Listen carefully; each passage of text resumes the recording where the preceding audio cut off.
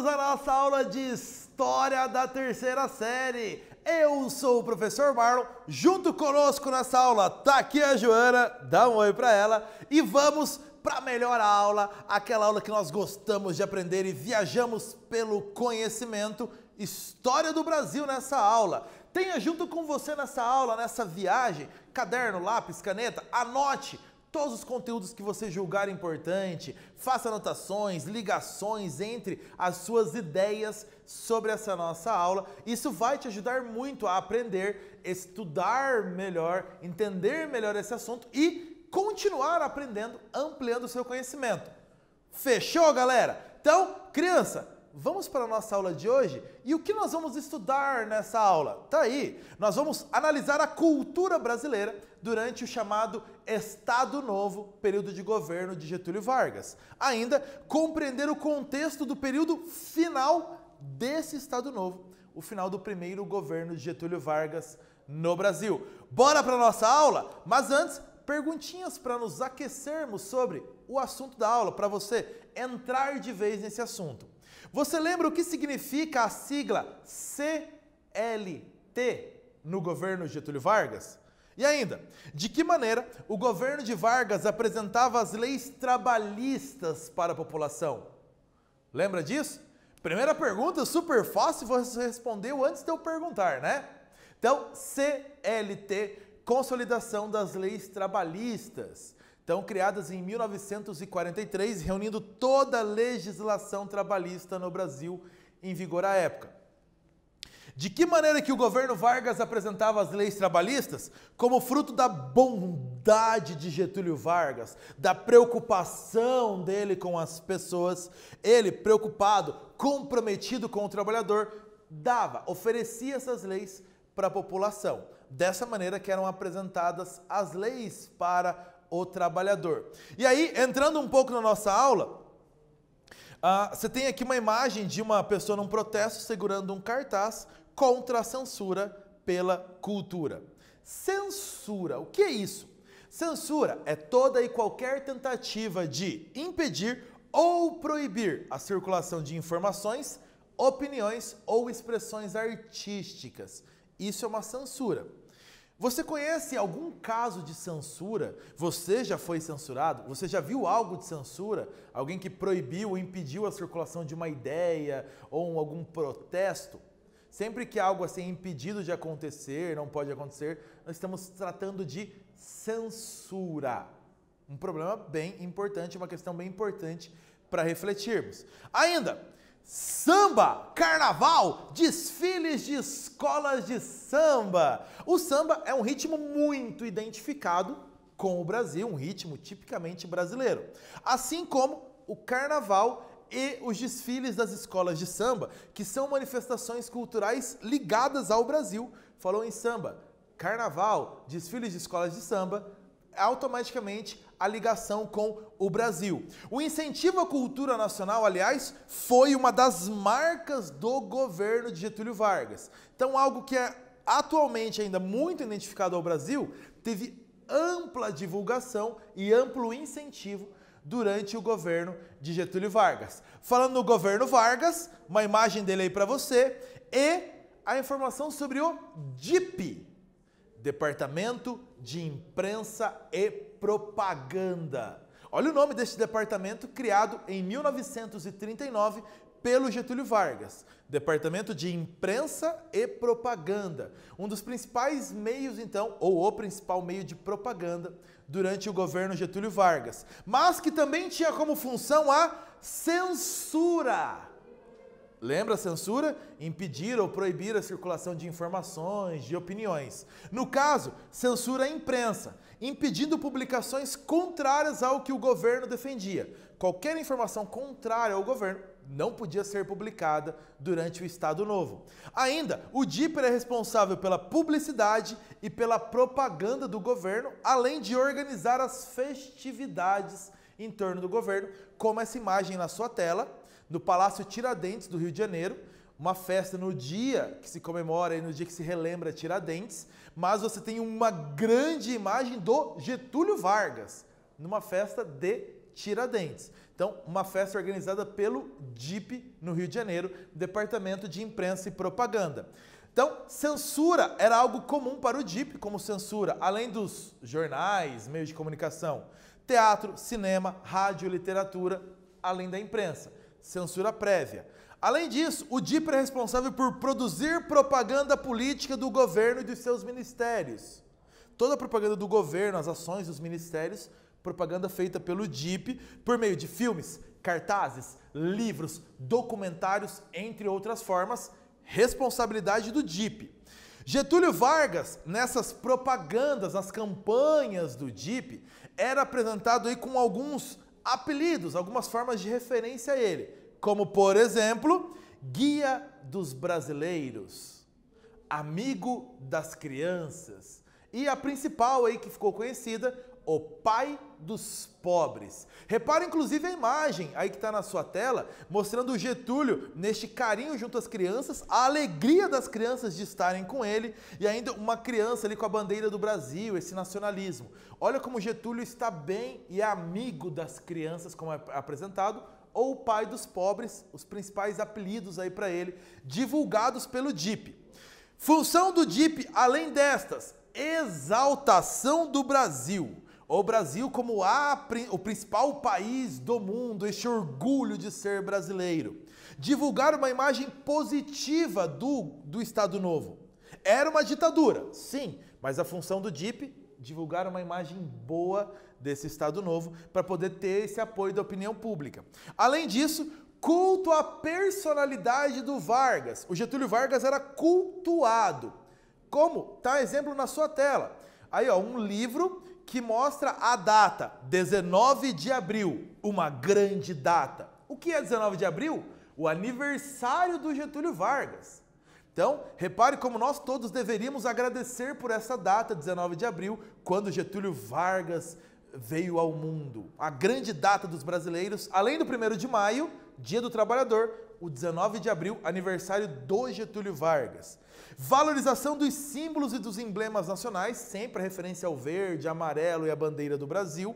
E o incentivo, claro, ao trabalho e ao trabalhador. Então, as campanhas do Departamento de Imprensa e Propaganda com essa referência. Exercício para você, acompanha comigo a leitura do texto. É um depoimento do jornalista Hermínio Saqueta, dado em 1979 para o jornal Folha de São Paulo. Era uma censura presente, sem dúvida, e como toda censura, incoerente, absurda, por vezes ridícula. As ordens vinham por telefone, nada sobre isso, nada sobre aquilo. Vinha uma ordem, não dizer que fulano de tal cometeu suicídio, e sim que morreu de ataque cardíaco. Esse jornalista era um dos editores de jornais da época do governo Getúlio Vargas, contando sobre a censura do DIP. De que maneira o texto ajuda a entender o papel desempenhado pelo DIP lá no Estado Novo?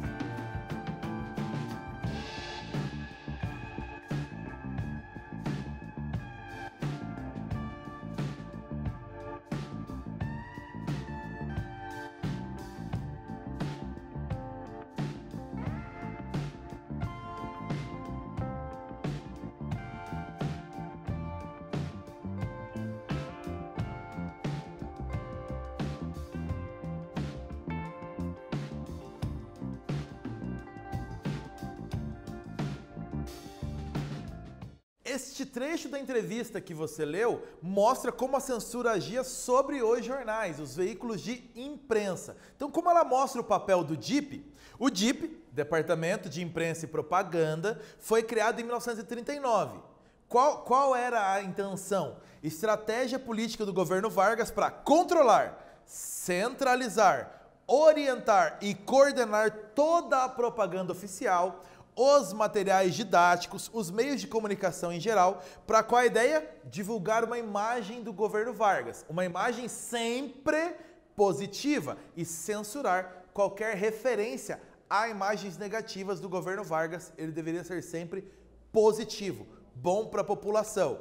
Falando sobre divulgação, nós temos que falar sobre o rádio, principal meio de comunicação de massa do Brasil nos anos 30, 40 e 50. Grande importância, o companheiro dos brasileiros. Os programas de auditório surgiram no rádio a partir dos anos 30, então programas de auditório no rádio, sim. E o surgimento de grandes ídolos da música brasileira, concursos de calouros, artistas que se apresentavam ao vivo nas emissoras de rádio com plateia, com auditório. Então, a chamada Era de Ouro do rádio do Brasil, nos anos 30, 40 e 50. Aproveitando-se desse sucesso, claro, Getúlio Vargas se aproveitou, criando o programa A Hora do Brasil, em 1935, e daí em 1938 passou a ter esse nome, A Hora do Brasil. Fazia propaganda do governo, apresentava as realizações e os pronunciamentos do presidente. Era a maneira do Getúlio Vargas, então, entrar na casa das pessoas, conversar diretamente com as pessoas. Esse programa de rádio ainda existe, ainda fala sobre as realizações dos três poderes no Brasil, hoje com o nome de A Voz do Brasil. Exercício para você, leia comigo. A história de Getúlio era construída de maneira hagiográfica, ou seja, como se alguém estivesse contando a história de um grande líder espiritual, de um anjo, de um santo. Vargas seria veiculado junto aos jovens e às crianças como um ser superior. Essa é a ideia da propaganda do DIP no Estado Novo. A imagem de Getúlio Vargas junto à população, como demonstra esse texto, devia-se principalmente a quais fatores?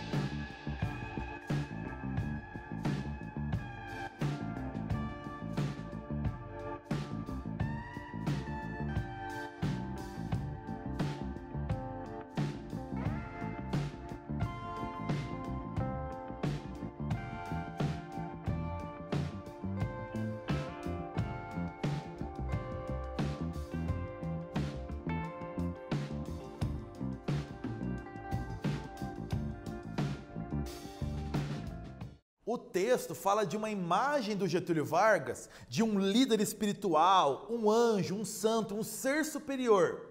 Então, a que fatores se devia essa imagem? Claro, primeiro, o carisma do presidente Getúlio Vargas. muito carismático. Além disso, a eficiente máquina de propaganda do DIP, Departamento de Imprensa e Propaganda.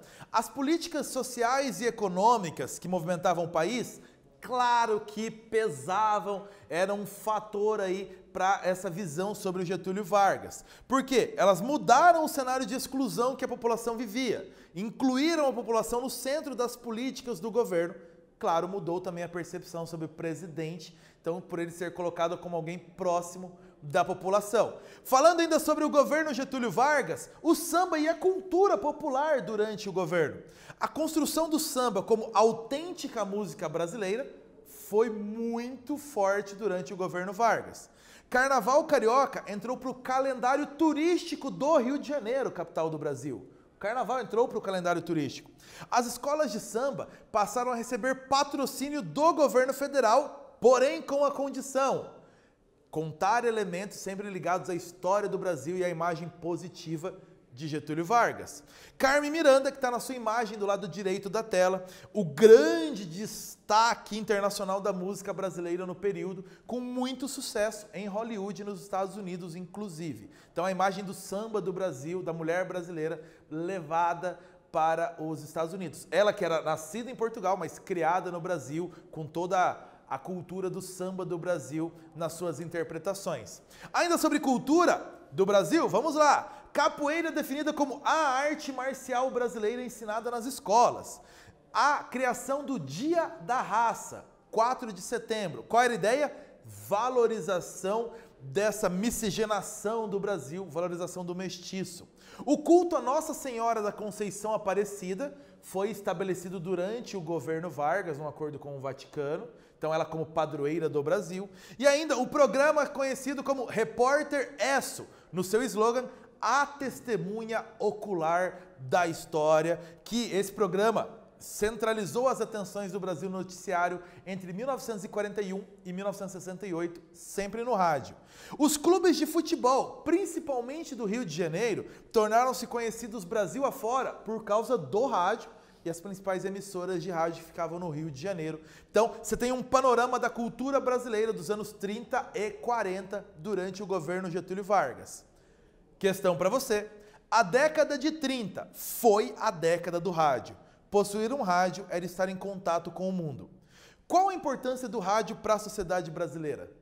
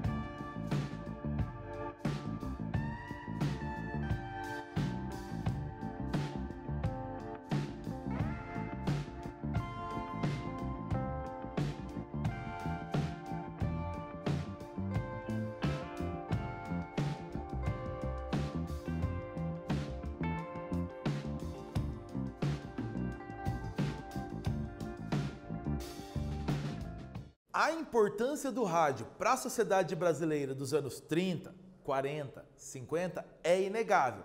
Mas Qual é essa importância? O rádio era o principal meio de acesso à informação, à música, à diversão, ao entretenimento, às notícias, o principal meio de comunicação de massa.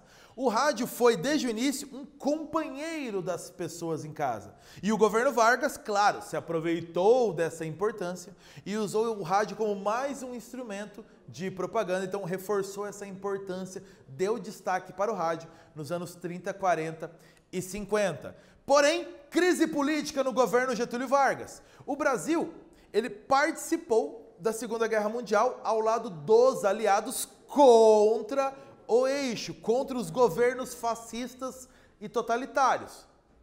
Então o Brasil participou da guerra ao lado dos aliados, defendendo as democracias liberais. O Estado Novo, porém, era uma ditadura. Então, essa contraposição aí gerou o Manifesto dos Mineiros em 1943, que exigiam democracia para o Brasil.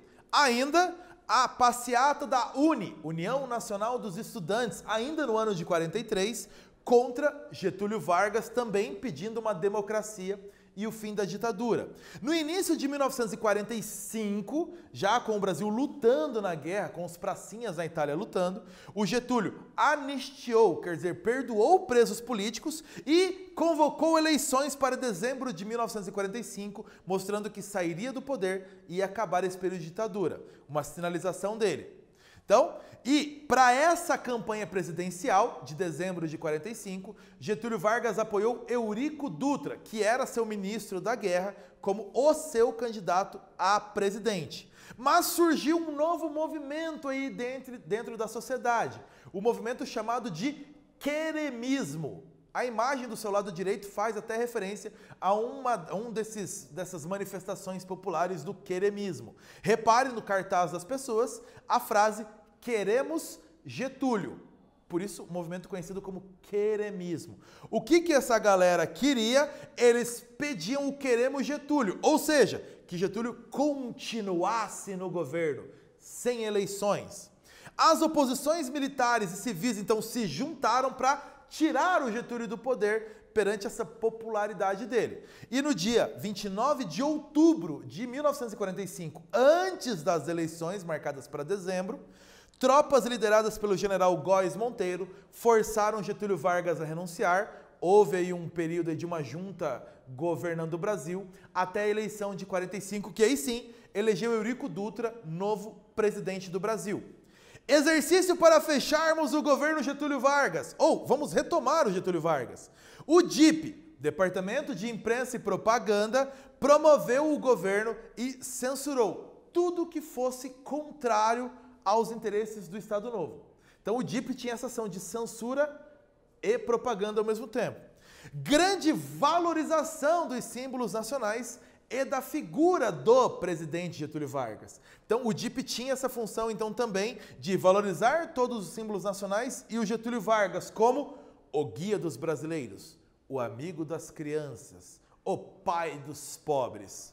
Vargas usou o rádio como instrumento seu de propaganda, de alcance popular, principalmente no programa A Hora do Brasil, que ainda hoje está no ar como a Voz do Brasil. E o governo do Vargas chegou ao fim em 1945, depois de pressões pelo fato de o Brasil lutar na Segunda Guerra Mundial ao lado das democracias, mas ser uma ditadura internamente.